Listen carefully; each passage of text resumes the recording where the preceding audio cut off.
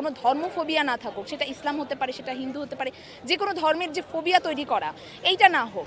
NCP নারী নেতৃত্ব তো অনেক ভালো, কারণ দেখেন সাদা কাপড়ে দাগ লাগানোর চেষ্টা হয় বেশি, বা দাগ লাগেও বেশি আচরণ, সেটা আমাদের মধ্যে চাপিয়ে দেওয়ার চেষ্টা করে, এবং তারা অনেকাংশে সফলও হয়েছে।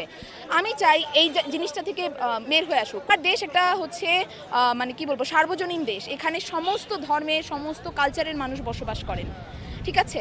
তো তারা তাদের ধর্মীয় বলেন, সাংস্কৃতিক বলেন, সব কিছুর মৌলিক অধিকার, এটা তারা যেন সার্বজনীনভাবে এই জিনিসগুলো পালন করতে পারেন। আমি তো এই ধরনের একটা রাজনীতি চাচ্ছি, বা আমি এই ধরনের একটা দেশ চাচ্ছি। তো এইটাই আর কি।